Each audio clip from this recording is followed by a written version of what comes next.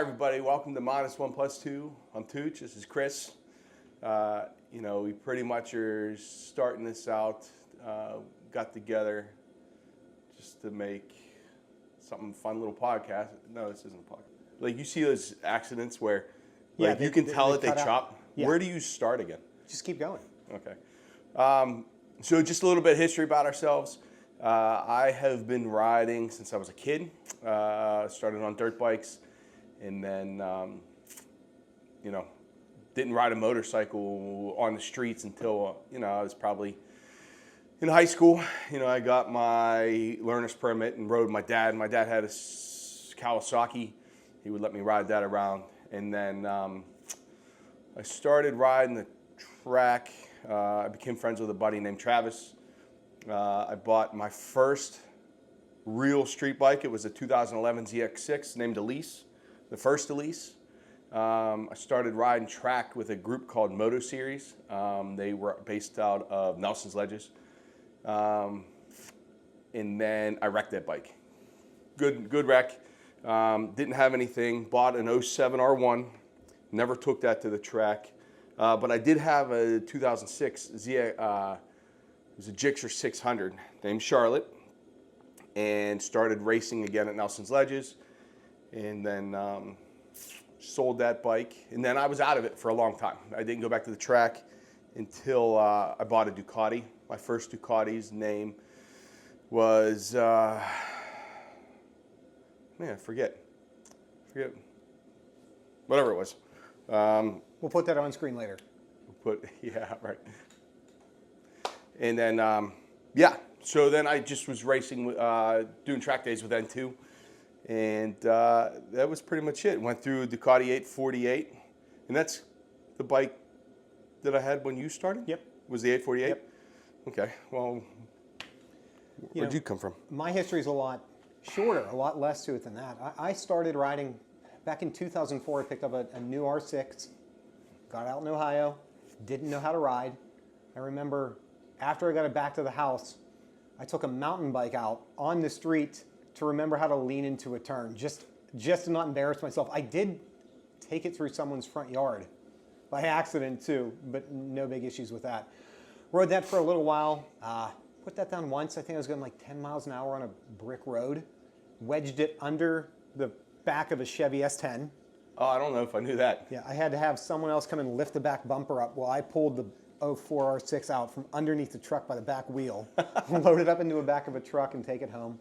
Fix that with doing some work on the front of it, baking headlights back into it, saved as much as I could.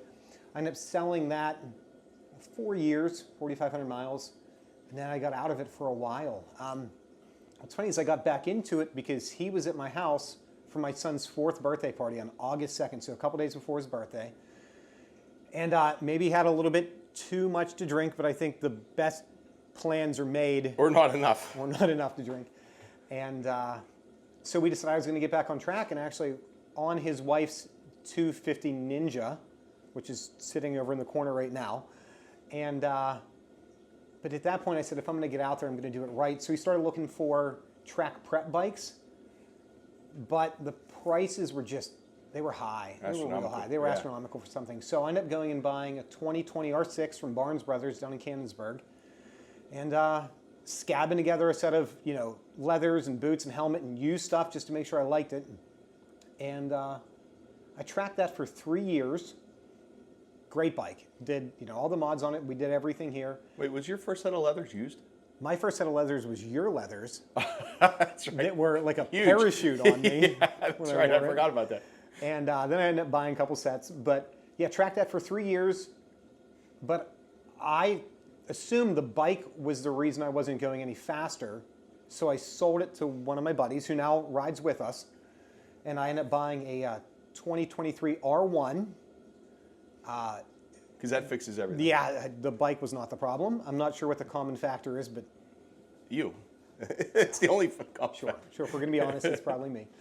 And it's here with us today.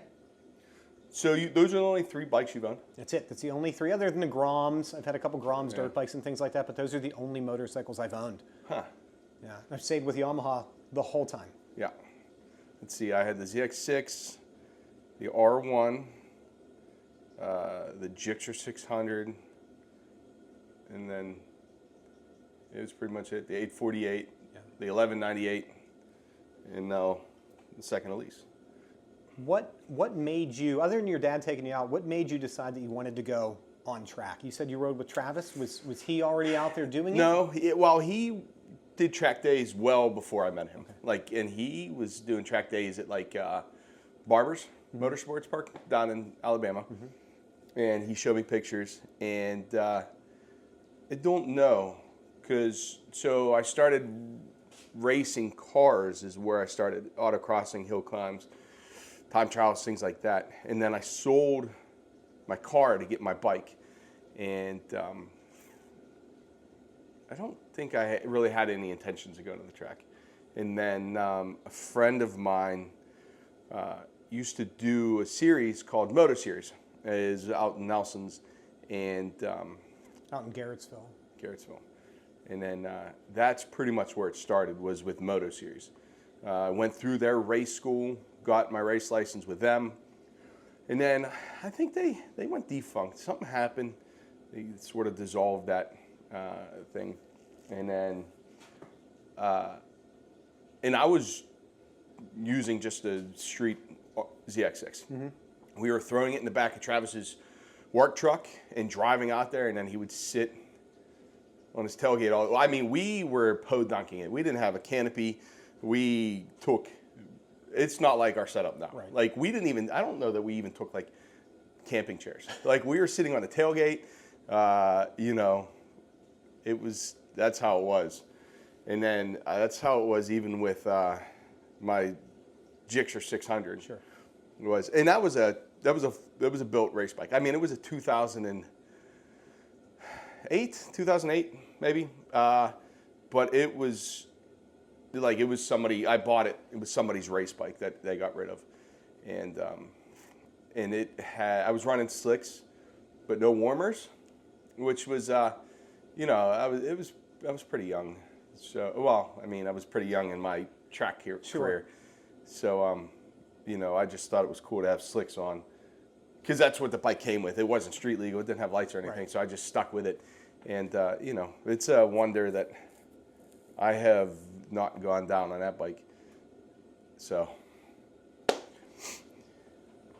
this year, we're going to go through the process of kind of documenting what it takes to go from just someone who's doing track days to someone who's actually going to be competing in a racing organization.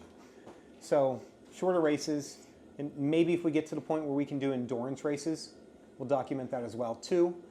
The school, the classes you need to go through to do it, the time on track, the amount of races you need to have to be able to be a licensed racer.